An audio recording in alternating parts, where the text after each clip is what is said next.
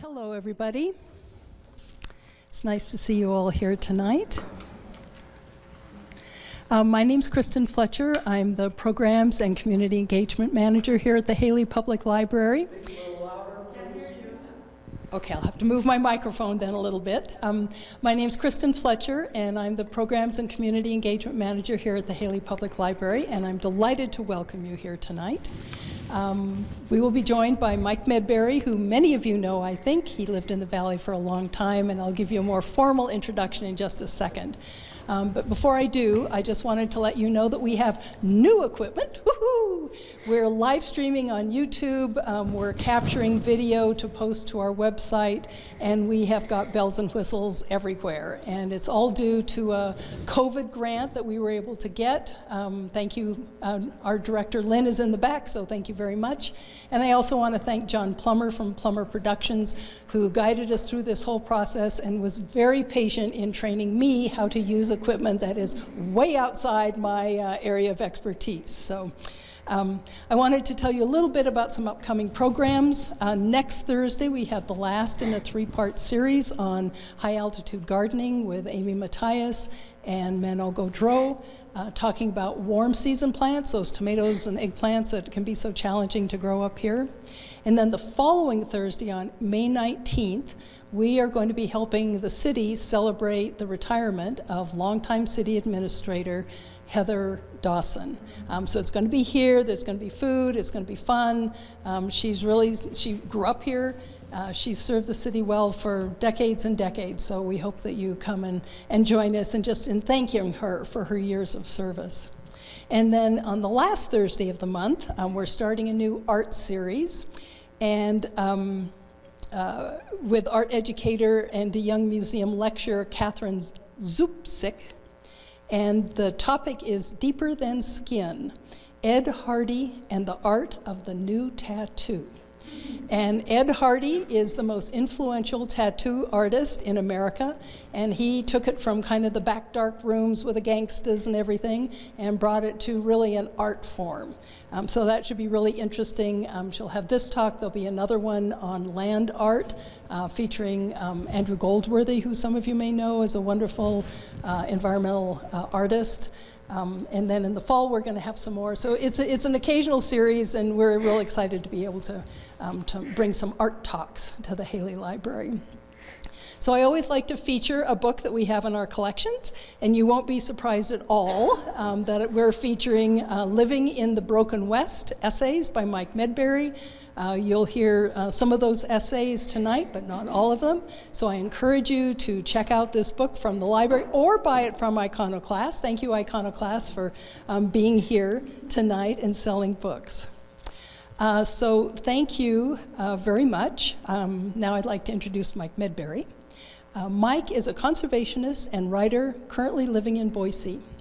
Well known in the Wood River Valley, he served as the Idaho Conservation League's Central Idaho Director based out of Ketchum for 7 years, and later ICL's Public Lands Director for 2 years in Boise. He has been a lead staff person for the Wilderness Society, Hell's Canyon Preservation Council, and other organizations for over 3 decades. Mike has written essays on conservation for 30 years, covering issues in the books Idaho Wilderness Considered and River by Design, and for many magazines and periodicals, including Mountain Gazette, Idaho Magazine, Limberlost Press, Idaho Country News, Boise Blue, Idaho Mountain Express, Northern Lights, Stroke Connection, Boise Weekly, and others. Mike has also served as an artist in residence for the city of Boise. He has taught classes on writing the memoir, published short stories, and edited several published books. He has authored 2 books, On the Dark Side of the Moon, about surviving a severe stroke, and Living in the Broken West Essays, his newest book. Mike has an MFA from the University of Washington, and I hope you will please join me in welcoming him to us tonight. Thank you. Thanks very much. Thank you, Kristen. It's nice to see you again. It's been a lot of years. So, I'm not sure where to start, but I want to mention this cover. It was done by Will Caldwell, and it's just a beautiful cover. And I think it does more for my book than anything else. It's just really pretty. So on that, I'm going to start. I'm going to read, and I don't know if some of you have already got the book. If you want to have me read an essay, I'd be happy to do that. But otherwise, I'll just start reading. I'm going to read something called A Cat Story, I think. Yeah. I was about to head out for a long run along the railroad tracks in Santa Fe last Sunday when I realized I'd left my sunscreen somewhere else. I think you might have heard this one. Somewhere else. I didn't have any in my backpack, so I stopped a couple that was slowly headed out in their car at the edge of a subdivision and a long wild field of Shalmisa. Excuse me, do you have a little sunscreen that I could borrow? They both looked at me like, I don't know, and said, sorry, but no, they didn't have any. I said thanks and went over by the tracks about 200 feet away and began to stretch my aching old leg muscles in the intense sun. Just then, a woman ran out to the car that was now backing from the driveway to the street, and she demanded the attention of the drivers. Hey, help! I heard as the car stopped, and the drivers listened to her frantic pleas. In 15 seconds, a man came out of a nearby house and began screaming at the woman. I couldn't hear what he said, but he certainly got my attention as he screamed at her. The couple in the car were faced by two people, one on either side of their car, as the woman dodged the man around the car's hood. The occupants looked stuck and horrified, and the man screamed at the woman across the hood, and she screamed at him in response. I stopped stretching and stood blankly to hear what was said. He argued in half-articulated words and seemed drunk. Drunk on a Sunday morning, a lovely, hot, inviting morning, and he moved to confront the driver of the car. The woman moved away. I walked slowly toward them just as he confronted the driver and banged on the tightly closed window. What are you doing here? He screamed. Leave us alone and go away. We don't need you. He pounded on the window again, formed his hand into a form of a gun, and pretended to fire it through the window at the people inside. Go away. Astounded, I moved more closely to be a witness and to lend whatever help the people in the car might need.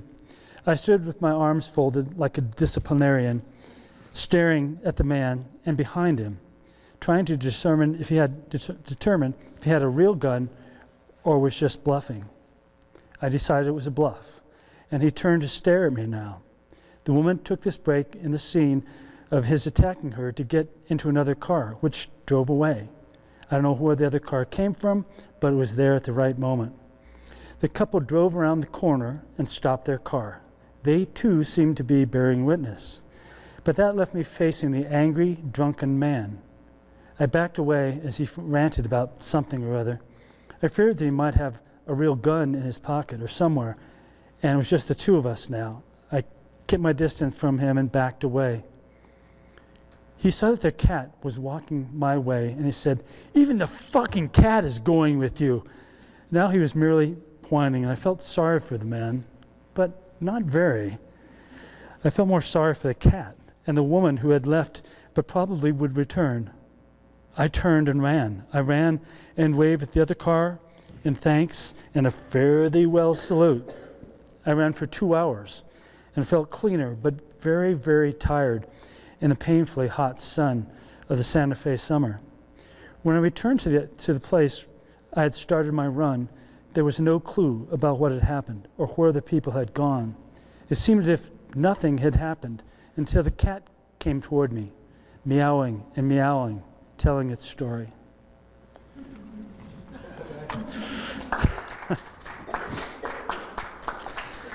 Okay. Have any of you been down to the LA River or ever seen it? Yeah?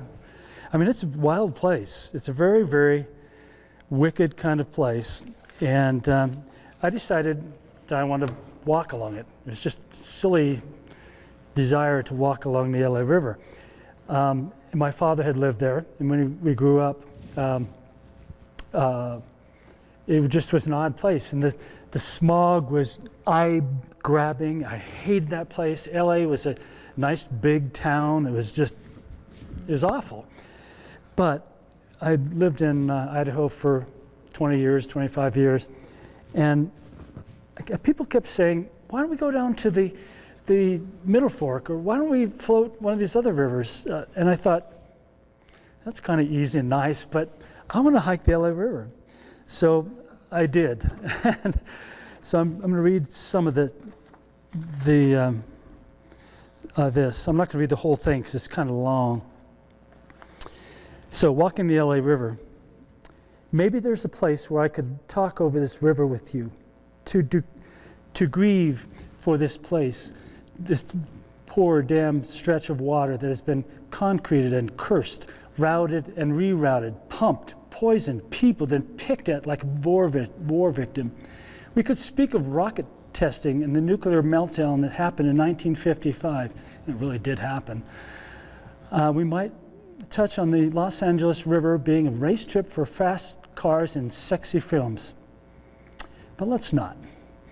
Let's speak triumphantly of the river's future, to talk about what I've found, maybe connive to fix some of its serious problems and have it solve some of yours and mine. To come close to this river for solace and exercise. Or maybe we could find a coyote or cougar living in and passing through the river corridor like some shadow. This river is home to many, simply a place with undoubted and evanescent value. But the LA River, as they say, weaves a more complicated story, and it begins like this. The Los Angeles River originates in the Santa Susana and San Gabriel Mountains in Los Angeles County. It flows into the San Fernando Valley through Los Angeles and Pasadena, emptying into the Pacific Ocean at the port of Long Beach. It runs smack dab through the city of Los Angeles beside anonymous industrial buildings and railroad tracks, under overpasses and over sacred land. It issues less than a hiss on most days when it is overwhelmed by the roaring city traffic. On uncertain other days, however, it howls. Wrapping around bridge pylons and carrying houses on its back, muddy water rising like a tidal wave. The LA River was once an ephemeral stream, growing with spring rains, but otherwise mostly a drying gulch. Swamps and lakes that exited in the early years of the 20th century dried up on the river's coastal plain because of groundwater pumping for agricultural and residential uses. Ephemeral streams are notoriously sneaky.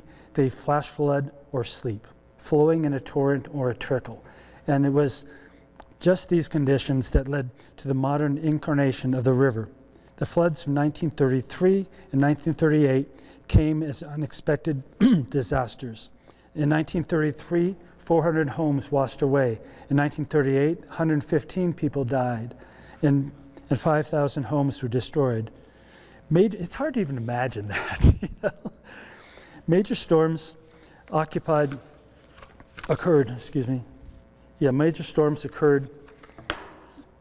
in 1815, 1825, 1861, 1914, 1969, and 2005. But the floods occurring after 1960 were less damaging because of flood control projects. People who owned valuable buildings along the slow, meandering river were surprised in the 1930s to see the water rising above their eyeballs and raging down the watercourse, ripping along with it lives, homes, possessions, and fragile hopes. Naturally, they were angry and blamed the confounded river rather than themselves. No one, of course, chooses to accept blame for building too close to a river. The U.S.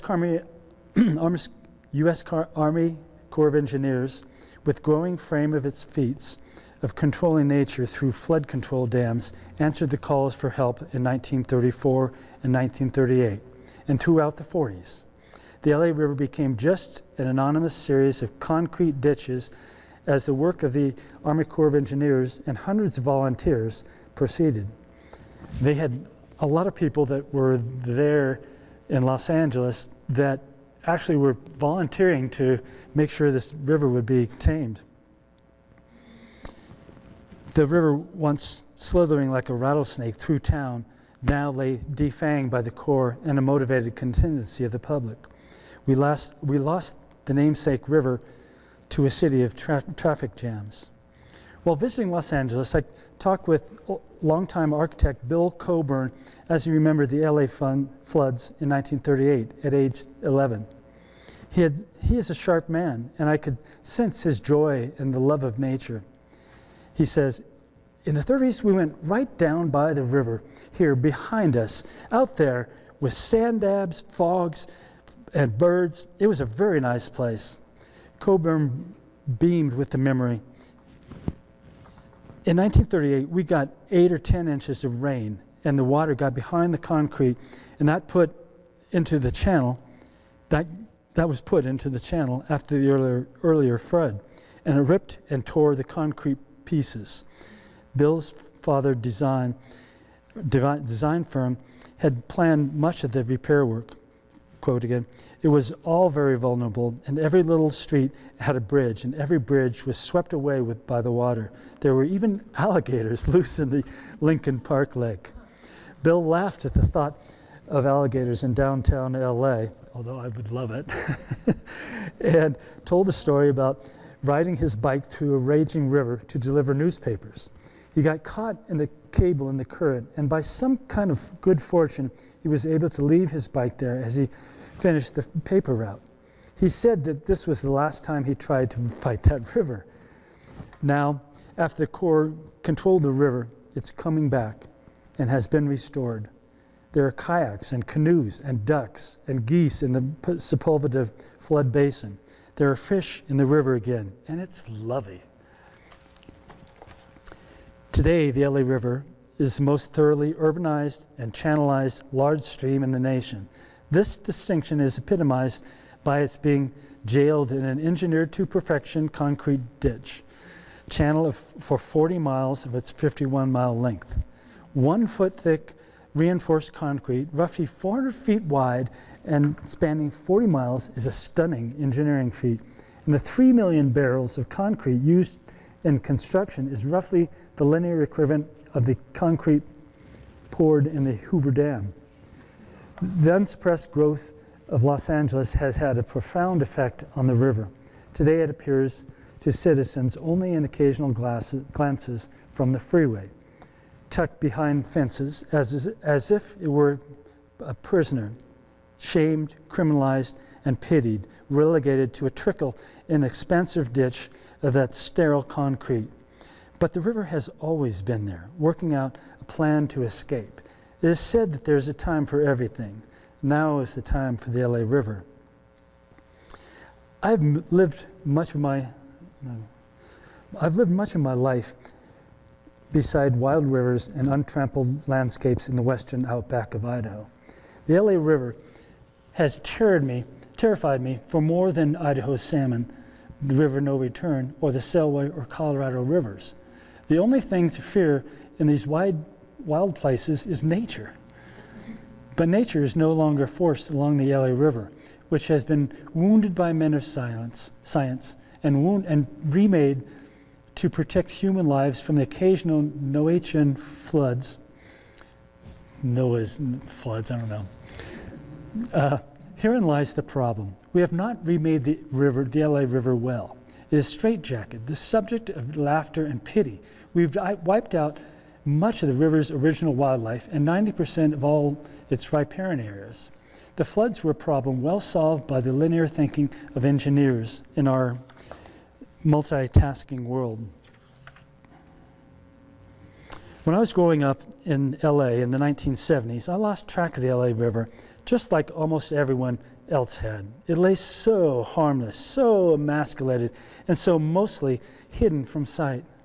Now, more than 40 years later, I returned to look at what the LA River had become and what I thought it might become. I was curious about the switchblade river that I hadn't seen since I was a child. I researched its past, walked for 3 days along its banks, traveling from Long Beach to the headwaters in the Santa Susana Mountains. I spoke with advocates for rehabilitating the river and tried to talk to the Army Corps of Engineers about the agency's dreams and work in the basin. I flew into LA in March and found a motel somewhere in the middle of the ancient river plain and planned to walk the river.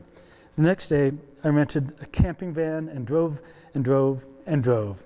But by the time I got off the 405, the 105, the 110, and Interstate 5, I might have been almost anywhere. There was no river I could see when I stopped at LA's large and heavily used Griffith Park with its many paths, many palm and sycamore trees. Could you change that and just do a bunch of the bunch of different? That's French Creek. That is Arch Canyon. That's why it's got an arch. Yeah, I just keep going. I saw a bear there. It's in Arch Canyon in the middle of nowhere where not many people go and not many bears go. And I saw this bear's track, and it was just walking along a road, basically, in the Arch Canyon area. So, next.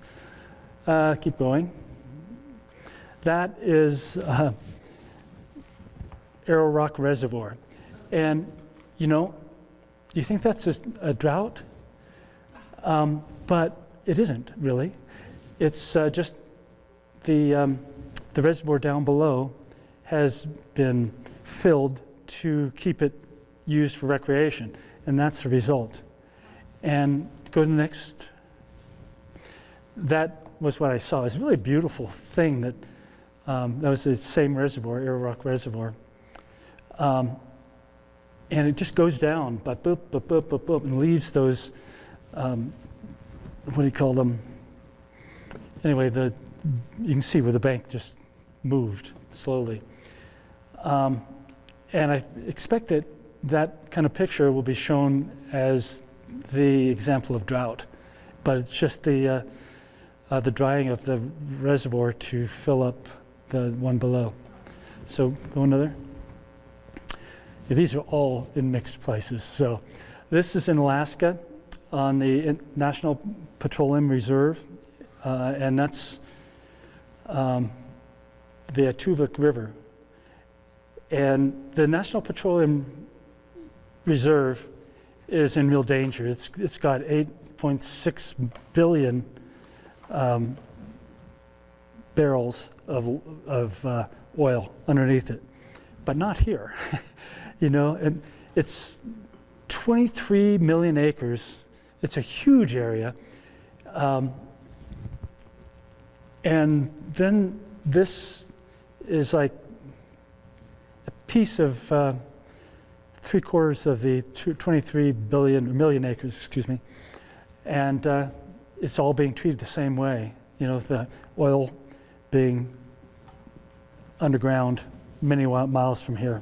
And people don't really realize that's what we're going to be losing, I think. So I'm just going to leave it on that picture, and I'm going to continue reading for a bit. Let's see, where was I? There was no river that I could see when I stopped in LA's large and heavily used Griffith Park with its many paths, many palm and sycamore trees, and much traffic. I parked my van in a safe place with other cars and began walking on an old road. There is beauty in this part of the park as I climbed down and up a big rocky hill across the road to find the river. Where else would you look for a river but from the highest point? I stood on Angels Point, which overlooks the massive city of Los Angeles and Dodger Stadium, with the Dodgers inside running, hitting, sliding, and catching the ball in Chavez Ravine like all Dodgers should do. The booming voice of the announcer revealed the score amidst a vast parking lot that once upon a time was a rural village on the banks of a small river. I saw a piece of the LA River far, far away down below, and the sweet young hoodlums standing before me, talking trash and drinking Tuborg beer, the clean air shocked me. It was clean. It was actually clean. I'd never experienced clean air in LA when I grew up in the city. And the beer they shared refreshed. There was, at last, the river that I had come to see. We talked about it, and I heard wonder in their voices. These were my natural friends and lovers of a river.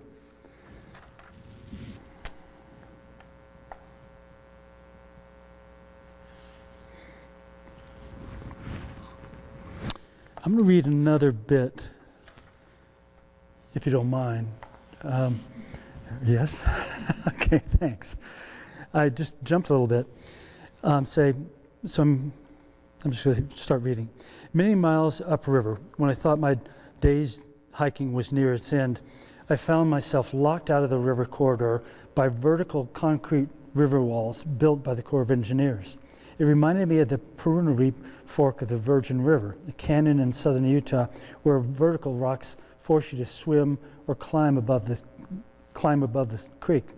I really didn't want to walk in the green ooze of this river because I'd already slipped on the incredibly slick rock-on concrete and had slimed my knees. So I left the river and re-energized myself with a Coke and some nice greasy GMO yam flies. And I called my cousin, Chauncey IV, my cousin who lives in LA and the son of Chauncey Joseph Medberry III, who had been a teller in the Bank of Italy and then its president and chairman of the board after it became the Bank of America, to tell him where I was. I was in Vernon, a small town set amidst industrial buildings. He told me not to go walking that dangerous area and do not go down to the river. He suggested taking a cab. Oh, well, I said, it was only a little ways back to my car. I didn't tell him that none of the maps that I carried would be helpful for navigating, or that my magical cell phone was on the brink of dying and soon to be out of power.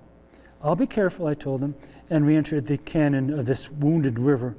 It wasn't at all like the Virgin River in Utah, but the current still flowed downhill. I scoured several blocks for access to the concrete canal and finally found a side canyon, if you can call it that. I passed several tents and the gathered utensils and implements of their residents, people I came to think of as being much like the indigenous Tongva and Gabriano people. I climbed through a cut in the fence to the river path. I had read that the Gabriano and Tongva were killed or held as laborers by the Spanish, Mexican missionaries, and later by the Yanks. They were the native Californians where the Spanish arrived in 1769, and their weapons and firewater. They were the native Californians when the Spanish arrived in 1769 with their weapons and firewater. Before that, Native Americans had lived peacefully in the sun, in this land of milk and honey, drinking from the river and eating steelhead, lamprey, acorns, deer, squirrels, and other game that no longer exists in LA. They lived close to the land and learned to respect the rhythms and of the streams in this near-desert climate. For that, they were enslaved and killed or taught other ways to live. In 2016, riverside campers seemed to be living a tribal life, living on the banks of the river, hiding out under the protection of bridges, foraging on city streets, and bringing salvaged food to their camps. These nouveau Native Americans had bicycles, skateboards, and other valuable modes of transportation. After all, this is Los Angeles. They were living in the solitude of a canyon surrounded by millions and millions of upside people. I tiptoed beside these camps and hoped that the inhabitants were not at home, because I did not feel at all safe here. No one came out to greet me, and I assumed that they were out for a long day seeking contributions from the public or somewhere out drinking firewater. They were making a living, but not one that I would want. I moved on quickly, feeling rich, conspicuous, and vulnerable. When twilight came, I had an uncertain number of miles before I would get back to my van. I saw beautiful bridges. Let's go to a bridge over here at some point. It's a really nice, it's probably at the end of the whole, well, that's the Boise River. Another one, that's one of the beautiful bridges. There are a bunch of those, and I thought that was spectacular. Is that the LA River? That's the LA River. But there are some other really pretty pictures of the LA River. I know they're in here somewhere.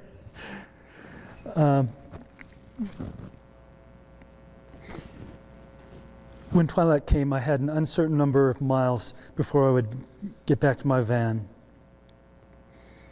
Let's see. I saw beautiful bridges that the Bureau of Reclamation planners had designed to span the river during the years of 1910 to the late 1930s. Their designs were intricate and artful, and at least one of them, the 6th Street Bridge, has been designed to glorify LA and its river. Upon one wall above the river, I found many intricate murals in a graffiti code that I didn't understand at all. I photographed some of the illustrations. Beside the wall, brush grew profusely, and as it turned out, provided homes for wandering people. Two of the wandering people popped up, and one walked along the wall with a spray can. Excuse me. I hid the camera and waved to them. The camera is worth a fortune to me. It's right there. And it would provide a fortune to those who have nothing. So I stuffed it in my pack and walked into the coming darkness. A bit farther upstream, I stopped and took pictures of one of the most striking bridges I'd seen. When I looked back at the men, they were looking my way, holding steady at a distance. They began nonchalantly following me. What I had done was clear enough to me. I stuffed the camera back into my pack and took off running. I looked back as one of my apparent pursuers ducked down. Looked again, another ducked. I took off again and didn't stop running until I glided into the rail yard above, scanning a long series of coupled trains on 3 or 4 sets of rails, considering my next move. I don't know what was inside the open boxcars, so I continued jogging quietly beside them and felt certain, almost certain, that no one had seen me. Then I heard the rumbling sound of a freight train and saw its brilliant mechanical headlight. They kind of have this weird sort of light. It was coming toward me. I ran faster, fearing, I don't know what it was. Was it the infamous bulls who worked for the company and beat up strangers, or the strangers who were chasing me? Regardless, I didn't plan to find out if there was trouble lurking, and ran further along the train tracks. Trains rested above the lower canyon in the concrete river and were now isolated from it by a tall fence. I realized that I was trapped between the train tracks and the river, and my heart pounded like a timpani. That seemed the kind of moment where one should turn, look up to the sky, and pray.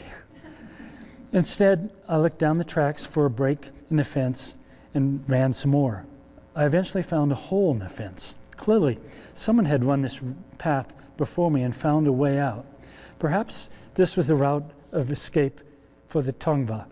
Once upon a time, long, long, long ago.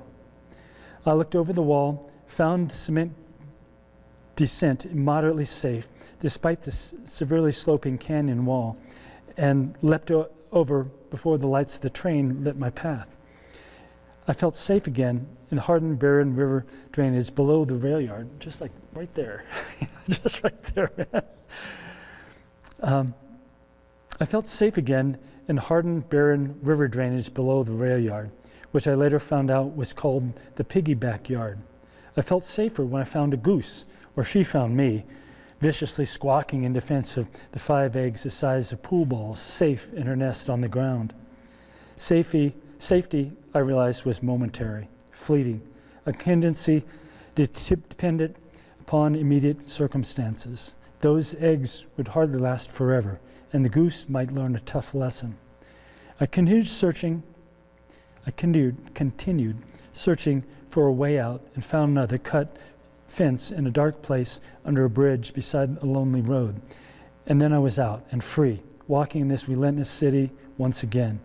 Soon I found my van among the dark streets and fell into a weary sleep in this damn fine van with curtains drawn and doors hard locked.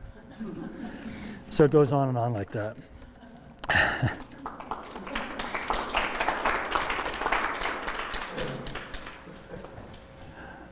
You guys still staying with me? You getting bored? Yeah, okay, maybe I'll read one more. Yeah, sure. Give me time for questions. Sure, yeah. You can have one right now. Yeah. Talk a little bit about what topics stimulate you to write, or your writing process. Something about you at work, I think. Well, I guess what motivates me to write about these odd places, I know it's just my interest. You know, it's just I'm interested in going someplace like the LA River or the NPRA, the National Petroleum Reserve, and if I have enough money, I go there. And usually I don't have the money, so I go someplace closer to home, like one of the other essay pieces, like I hiked along French Creek, which was a great place that I knew of, and it turned out to be a fabulous place. You know, it's great. So I think just going with your feelings and moving along with your hunches. And I think, you know, this LA River stuff, that was a bunch of having hunches that, you know, it's really a dangerous place, you know? And I didn't, when I went there, I realized it was going to be a dangerous place. And somebody had told me, don't go there. Of course, my cousin was saying, don't go there, don't go there. But I just kind of hung on to these hunches and I moved that way and it worked out, I guess. There's something else, another question? And then when you sit down to write, do you write multiple drafts? Do you write single drafts? How do you approach writing a story, for example, about the LA River? Well, I probably had 25 or 30 versions of that. And it got better and worse, and, you know, it just was, I don't know.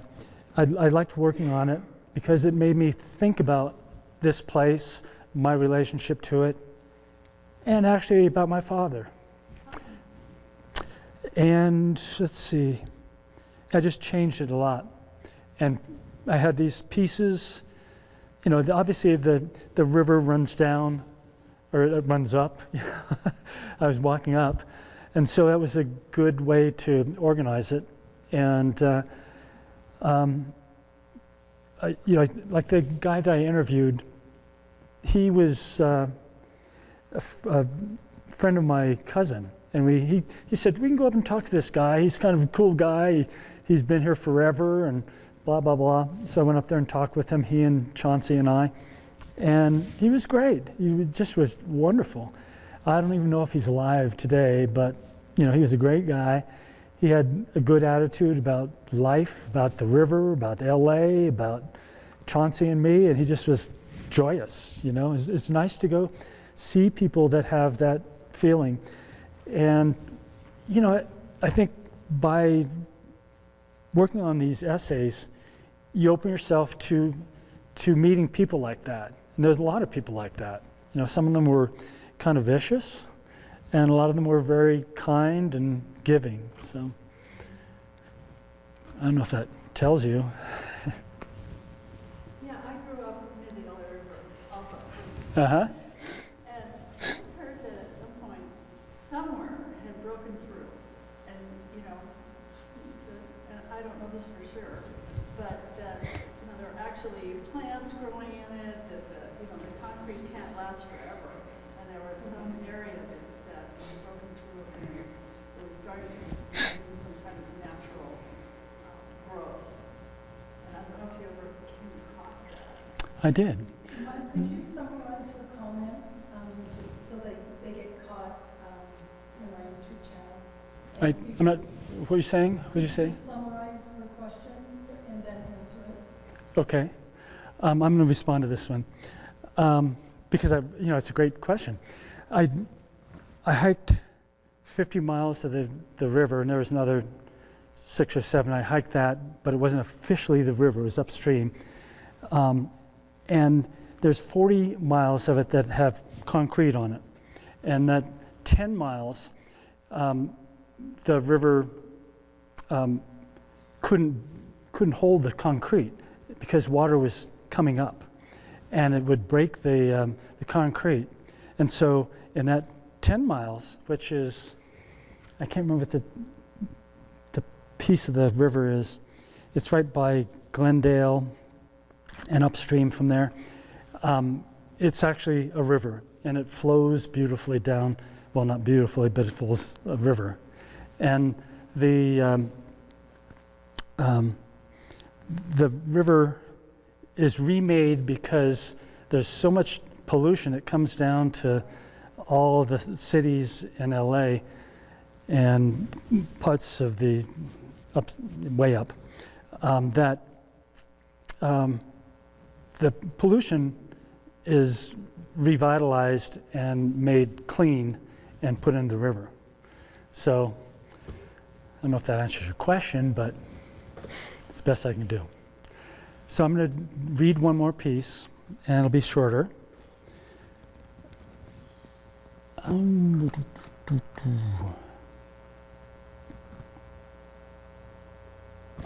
How tired are you? What? Okay. Okay, I'm going to read The Fool's Drunken Pilgrimage in Search of a Gila Monster. Okay.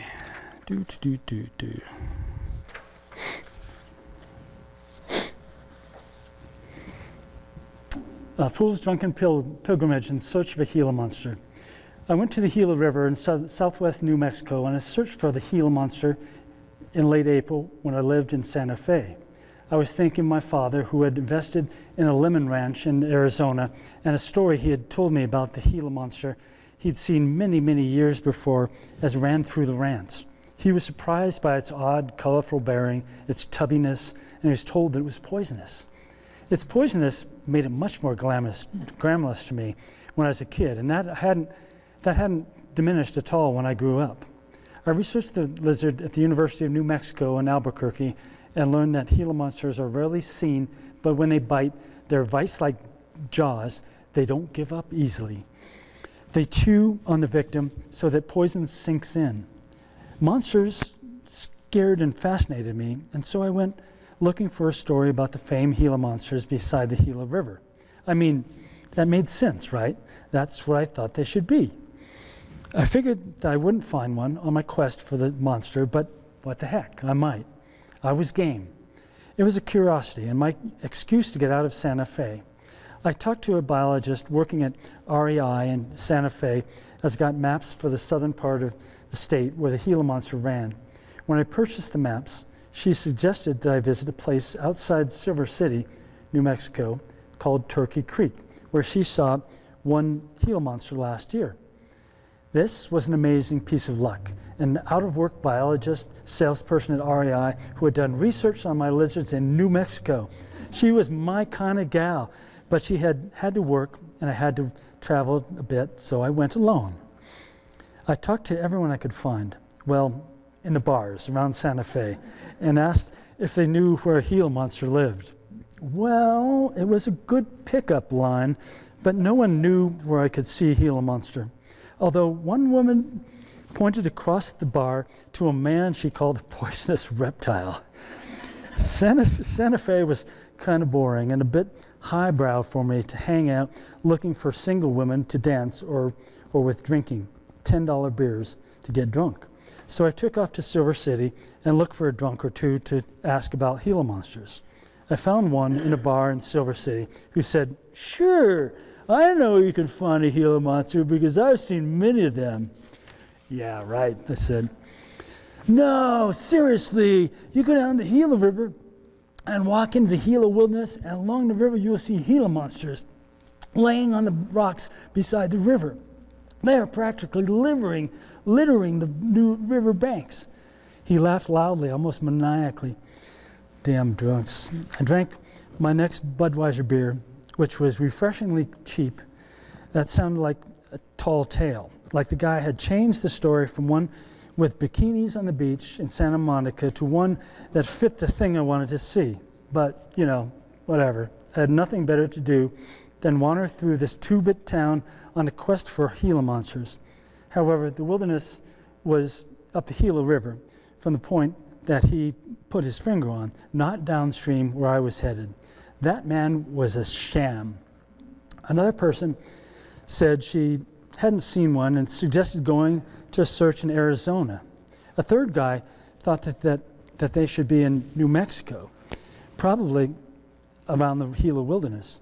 But he was more interested in making a pathetic pool table shot and made one shot that landed up, sending the cue ball off the table into the lap of the drunken woman I had talked to.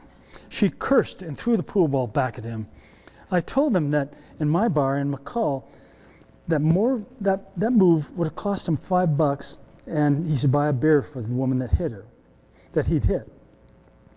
Good thing you weren't in Idaho, Toto, he drawled and continued to mess up another shot.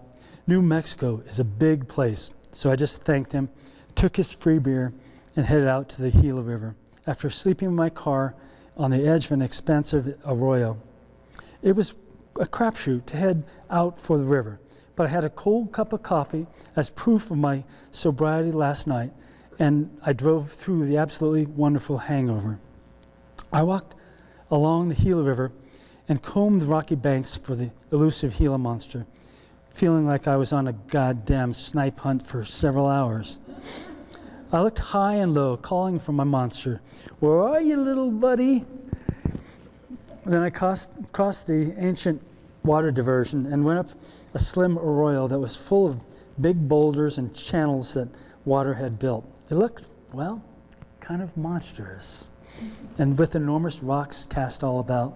And lo, about half an hour upstream, I looked before me, and there was a Gila monster lollygagging across the gravel bar. Talk about luck. I almost stepped on it. I was incredulous and extremely excited to see this 1.5 foot long poisonous lizard that my father had told me about 40 years ago, crawling right before my eyes. That's a Gila monster. That is a goddamn Gila monster. Its body was as svelte as a sausage. Its color was orange and Pepto-Bismol pink with stark black bands across its BB-studded body. Its tail was thick as an old man's thumb, and its thick black tongue slipped in and out of its wide mouth to taste the world, sensing it like a rattlesnake's tongue. The Gila monster seemed a prehistoric character out of a comic book or a portrait from the artist in Santa Fe or Canyon Road. It just didn't seem real. And here it was, the prize, right out of the fool's drunken pilgrimage. I watched it for 2 hours, during which he or she ate a bird's egg under a bush that I'd scared it to. It swallowed the whole damn egg after chewing on it for a couple bites and found it impossible to break. What the hell, Lizzie? Go for it. Always eat more than you can swallow. I figured that my bothering it had resulted in its getting the egg, so I figured that we each had a good experience. But my quest weekend was cut short by finding the very subject of my quest, the lizard that I'd only dreamed to find as if on a peyote voyage. I wasn't supposed to find it. I had more looking to do, more wandering, more hiking for the weekend, and now this, I found it. End of story. I swear to God, my father was there looking at me from somewhere above or below. He laughed at the sight of the venomous and beautiful lizard that I actually found. Maybe he planted it. However, my quest weekend had other high points. Pronghorn antelope running along the road, racing me in my car, a large, domineering rattlesnake crawling slowly across my trail, and a stunningly gorgeous mountain king snake along another road with red, white, and yellow bands on it. However, of all the oddball things I found in the roads during I found along the roads in and around Silver City that Gila monster was the best thing that Earth Day in April could provide me with. A mythic animal that was out on the earth and very, very much alive. We left in peace, that sweet little monster and I. It went one way, and I back home to Santa Fe. But I heard that warm laugh of my long dead father in that hot, hot sun along the Gila River, and that made my soul fly. So that's it.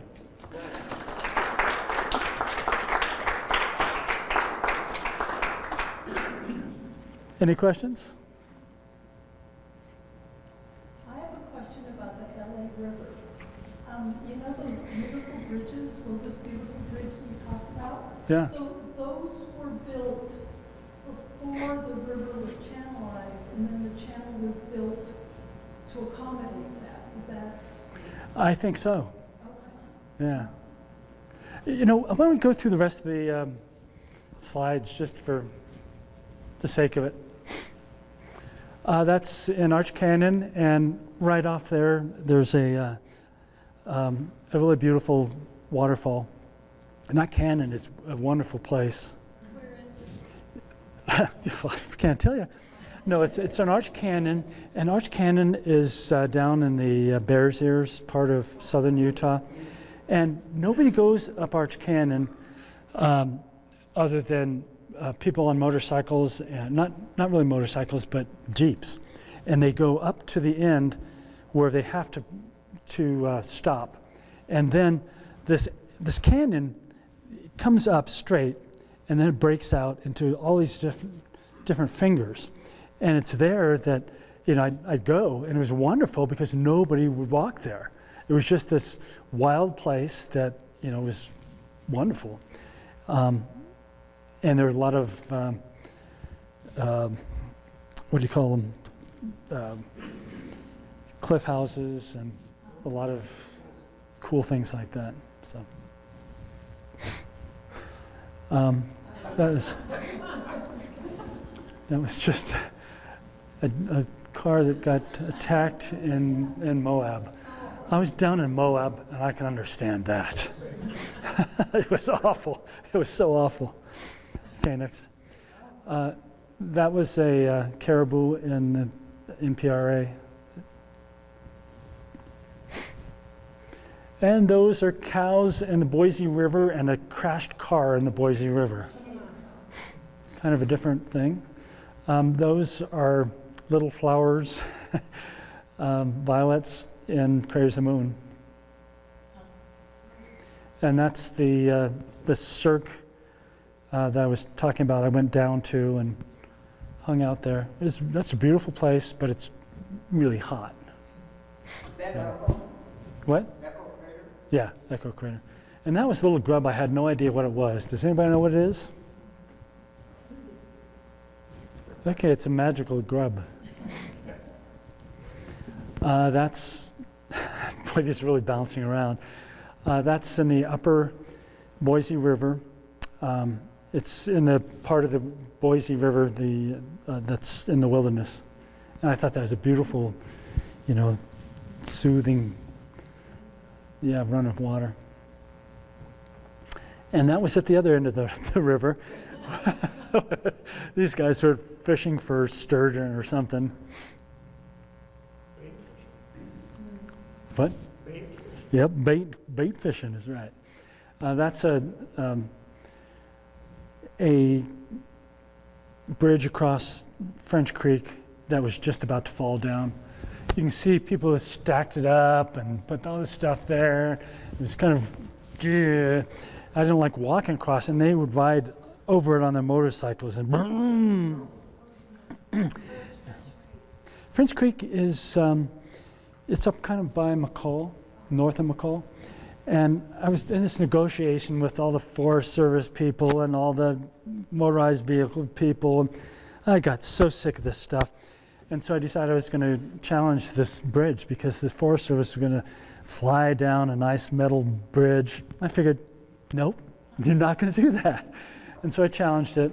And I had the wrath of a lot of people that just hated me for that, but that was what I was challenging, and it's kind of hard to accept that, but it's probably even worse now than it was a few years ago. I just felt like, oh.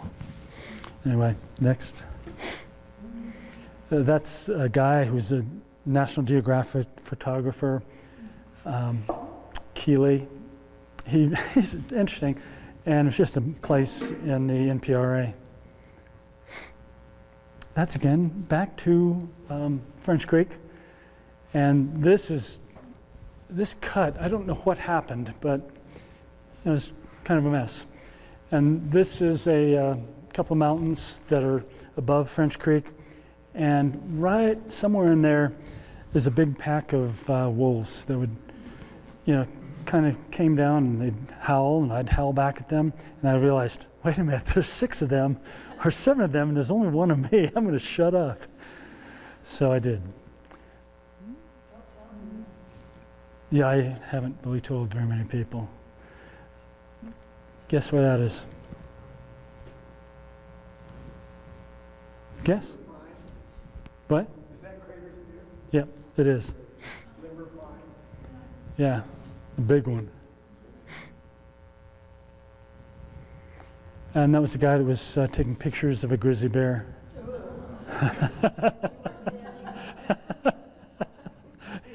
Yeah, and it was just attacking me,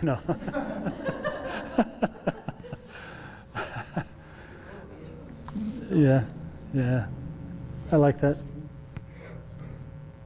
Next. That was also in the NPRA. It's a beautiful place that, that it's not protected. It's really, people don't realize. Is it near the Arctic? Oh yeah, is what? Is it near the Arctic Wildlife? I'm glad you asked that question, because the Arctic Wildlife Refuge is to the east, and this is to the west. It's on the Arctic, and the ocean is up here, and the sea is over here, and the pipeline, the Alaska pipeline, is right between them.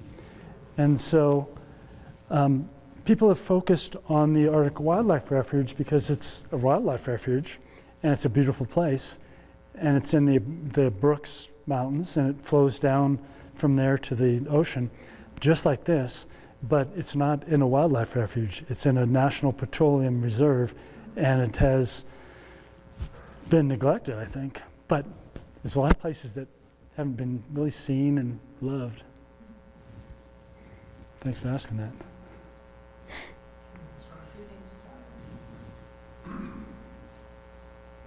You know what those are? That's back on the NPRA, the mountains. The Brooks Mountains. And that's back on French Creek. I'm sorry about this. That was the hike at the top of French Creek. French Creek runs down this way, and the mountains were off in the other direction. I thought it was just a beautiful sight of Loon Peak is up here, Weston,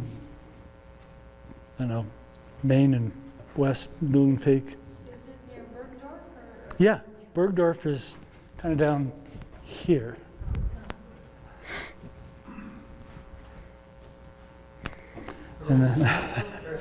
And that's, yeah, yep. Okay, that's going to be the end. It's got to be the end.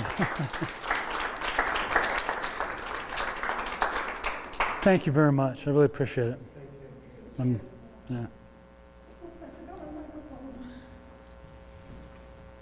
You forgot your microphone? I did. I don't need a microphone. Yeah. Hello. Well, thank you. Sure. Thank you very much. Yes. Please give Mike another round of applause. Thank you. Yeah, that was wonderful. Yeah. And for those of you who just bought this book or are going to check it out at the Haley Library, read the essay on Arch Canyon. It's beautifully, beautifully written, and it's just a lovely tribute to a really exceptional place. So thanks again, everybody, for joining us tonight. And Iconoclast is here with books if you'd like to pick one up and take it home and read it. And we will see you folks next time.